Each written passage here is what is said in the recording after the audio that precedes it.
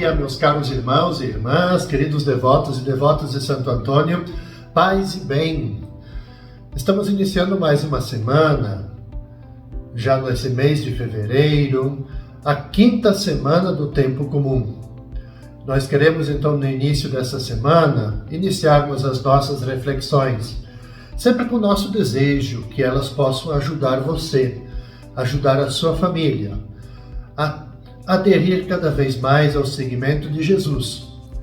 Que as mensagens com as nossas singelas reflexões ajudem cada um de vocês também no caminho, na vida cotidiana, nas relações, para que, diante do mundo que nos desafia, nós estejamos de fato com a nossa fé alicerçada. Nós iniciamos hoje então refletindo neste dia 5 de fevereiro com o Evangelho de Marcos, o capítulo 6, versículos de 53 até 56. Tendo Jesus e seus discípulos acabado de atravessar o mar da Galileia, chegaram a Genezaré e amarraram a barca. Logo que desceram da barca, as pessoas imediatamente reconheceram Jesus. Percorrendo toda aquela região, levavam os doentes deitados em suas camas para o lugar onde ouviam falar que Jesus estava. E nos povoados, cidades e campos aonde chegavam, colocavam os doentes nas praças e pediam-lhe para tocar, ao menos, a barra da sua veste. E todos quantos o tocavam, ficavam curados. Eu gostaria de trazer presente sempre o olhar, a intencionalidade do evangelista Marcos. Nós vamos perceber que no Evangelho de Marcos, diferente um pouco dos demais evangelhos de Mateus e de Lucas, nós vamos sempre perceber as atividades curativas de Jesus, restauradora. É nessa perspectiva que Jesus, o Filho de Deus, ele veio restaurar as vidas. Por isso que o Evangelho faz tanta menção das pessoas que tocam, o Jesus que toca. Ou seja, o seu toque restaura a vida. O deixar-se tocar restaura a vida. Dito isso, contextualizando, Jesus acaba de atravessar, como nos narra o Evangelho, o lago de Genezaré, unindo então a margem leste, onde habitam os pagãos, com a margem oeste, onde estão então morando, residindo, habitando os hebreus. Todos os que se reconhecem necessitados de salvação, de cura, vão até Jesus. E diante dele são expostas todas as misérias humanas. As pessoas não se deixam dominar, vamos dizer assim, pela vergonha de mostrar as suas misérias. Mas, pelo contrário, elas agem com confiança. Basta, diz o Evangelho, basta que o Senhor lhes toque apenas com a barra de sua veste, para que eles possam se sentir curados. Querem tocar ao menos a barra da veste, do seu manto. E Jesus, ele deixa-se encontrar, deixa-se tocar. E pelo toque, dá-se a transmissão de uma energia curativa. Lucas, no outro evangelho, ele esclarece. Porque dele saía uma força que curava a todos. Naturalmente, Jesus oferece uma cura que vai além do aspecto físico, conforme a disposição interna da pessoa. Porque a cura verdadeira pela qual Jesus ele se deixa encontrar e se deixa tocar é uma cura verdadeira e completa que atinge o interior, de dentro para fora. A gente pode dizer assim que é a libertação do ódio, dos ressentimentos, das tristezas. E dos que eram curados, Jesus esperava o quê? Uma única resposta, que ao serem curados, essas pessoas, cada um deles, pudessem aderir a Ele e prestar um serviço generoso, amoroso, para a comunidade. Seguindo o nosso itinerário, meus caros irmãos e irmãs, queridos devotos e devotas, na terça-feira, dia 6 de fevereiro, nós vamos rezar, vamos meditar a partir do trecho de Marcos, capítulo 7, versículos de 1 até 13. Os fariseus e alguns mestres da lei vieram de Jerusalém e se reuniram em torno de Jesus. Eles viam que alguns dos seus discípulos comiam o pão com as mãos impuras, isto é, sem as terem lavado. Com efeito, os fariseus e todos os judeus só comem depois de lavar bem as mãos, seguindo a tradição recebida dos antigos. Ao voltar da praça, eles não comem sem tomar banho e seguem muitos outros costumes que receberam por tradição. A maneira certa de lavar os copos, jarras, vasilhas de cobre.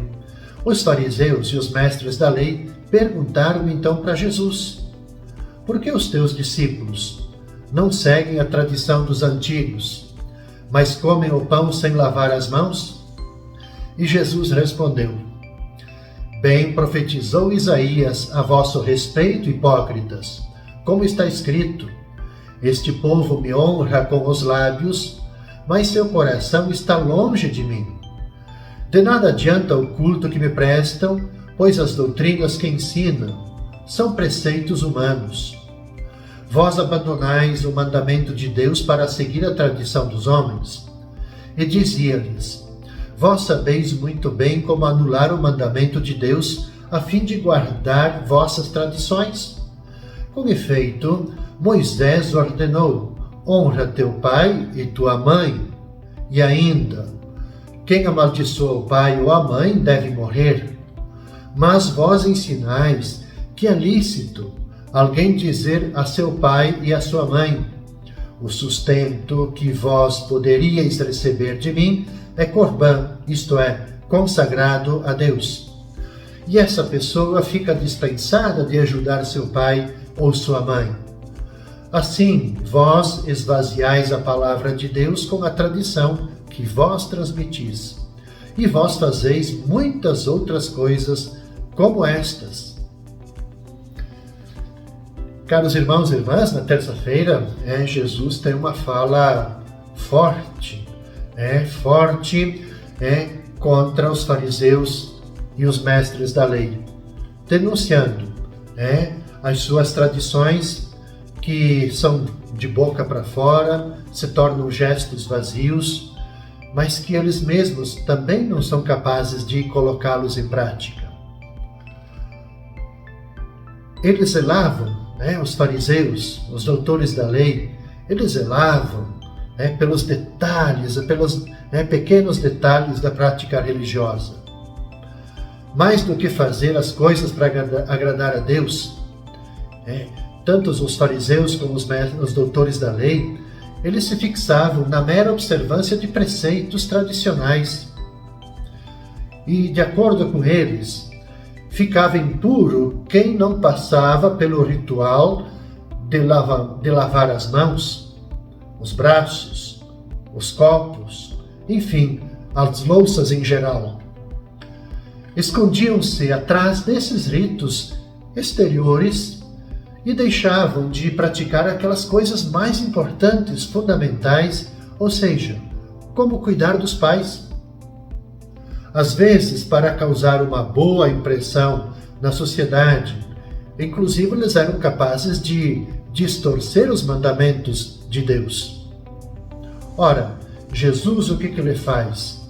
Ele quer corrigir esse tipo de comportamento, esse tipo de mentalidade. Todo ritual, de fato, se ele não for acompanhado com uma reta intenção, se transforma num movimento inútil, fazer por fazer, ou então torna-se até uma atitude maligna, abominável aos olhos de Deus. ninguém vai agradar a Deus se não for misericordioso com o outro. Jesus, ele, em toda a sua missão, ele nos ensina isso. A misericórdia, a compaixão. Então Jesus, ele não quis mudar, não deseja, nunca desejou mudar a pessoa a partir de fora, da exterioridade. Mas Jesus, na sua missão, quando ele faz enfrentamento, ele tem o desejo de mudar a pessoa a partir de dentro, transformando o coração da pessoa. Entendido o coração, obviamente, no sentido bíblico, como o eu profundo da pessoa. Ali onde que são tomadas as decisões, que podem ser decisões tomadas pelo bem ou pelo mal, por Deus, contra Deus. Jesus, ele diz, do coração que procedem os maus pensamentos, os adultérios, os assassinos, os roubos, falsos testemunhos, blasfêmias, o que torna o homem impuro, é isso. Mas comer com as mãos por lavar não torna o homem impuro. Por essa razão, é que Jesus manda aprender dele a mansidão e a humildade de coração. E na quarta-feira, meus caros irmãos e irmãs, no dia 7 de fevereiro, meditaremos, rezaremos com o Evangelho de Marcos, capítulo 7, versículos de 14 até 23. Jesus chamou a multidão para perto de si e disse: Escutai todos e compreendei.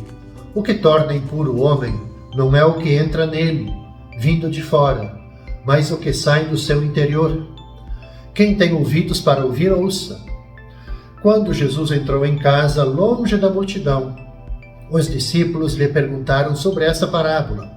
E Jesus lhes disse: Será que vós não compreendeis? Não entendeis que nada do que vem de fora e entra numa pessoa pode torná-la impura, porque não entra em seu coração, mas em seu estômago, e vai para a fossa. Assim Jesus declarava que todos os alimentos eram puros. Ele disse: O que sai do homem, isso é o que o torna impuro. Pois é de dentro do coração humano que saem as más intenções, as imoralidades, roubos, assassínios, adultérios, ambições desmedidas, maldades, fraudes, devassidão, inveja, calúnia, orgulho, falta de juízo. Todas essas coisas más saem de dentro, e são elas que tornam impuro o homem. Caros irmãos e irmãs, esse trecho do Evangelho da quarta-feira praticamente não precisaria nem de reflexão. Jesus é muito explícito, muito claro, quando lhe explica para os seus discípulos o sentido da parábola. Mas é interessante que Jesus, nesse trecho, nesse capítulo 6 do Evangelho de Marcos, 7 também, obviamente que agora é o trecho que estamos escutando, ele enfrenta várias questões ligadas, questões legais que são delicadas para a mentalidade dos judeus piedosos e observantes. Quando digo observantes, com o olhar fechado, pensamento fechado. O discurso de Jesus diante da multidão é uma clara resposta para os fariseus e para os doutores da lei, que estão fixados, estão fechados na tradição do puro e do impuro. Quer dizer, o que sai da pessoa é isso que torna ela impura. Então, na sua catequese particular para os discípulos, Jesus declarava puros todos os alimentos.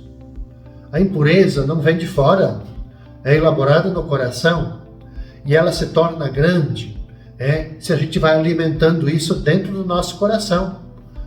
Se a gente vai alimentando dentro do nosso coração desejos de más intenções, de roubo, de sermos orgulhosos, autossuficientes. Se a gente vai alimentando tudo isso dentro de nós, quer dizer, é isso que vai nos tornando pessoas, eu diria assim, pessoas más. é ali que nasce, do nosso coração, é o que nasce todo tipo de malícia. É como que se pusesse um espelho diante das pessoas. Jesus, então, ele apresenta esse conjunto grande de pecados. É importante que cada um veja em que precisa se corrigir, convertendo-se para Deus sempre mais. Os pecados que Jesus denuncia fazem referência principalmente ao relacionamento com o outro. As fraudes, as maldades, calúnia, falta de juízo, tudo isso diz respeito à nossa relação com os outros. Indicam atitudes que prejudicam as relações, o encontro, o diálogo, amor fraterno. Ser puro diante de Deus é agir de uma forma honesta, favorecer a boa convivência social, a gente ter capacidade de ajudar as pessoas que precisam, de nós sermos capazes da nossa vida, no nosso cotidiano, de a gente usar de misericórdia para com todos. Foi isso que Jesus fez. Suas atitudes nos demonstram isso, que ele sempre procurou ser justo, ser pessoa de relação, de ajudar as pessoas e misericórdia e compaixão. Aqui está o caminho para o nosso cotidiano, para a nossa vida em missão. Com essa meditação, a gente conclui, caros irmãos e irmãs, o itinerário desta primeira parte da quinta semana do Tempo Comum. Nós vamos nos encontrar novamente na quinta-feira pela manhã, neste mesmo horário. Pedimos que Santo Antônio interceda por você, interceda pela sua família, interceda pelos seus trabalhos. Paz e bem.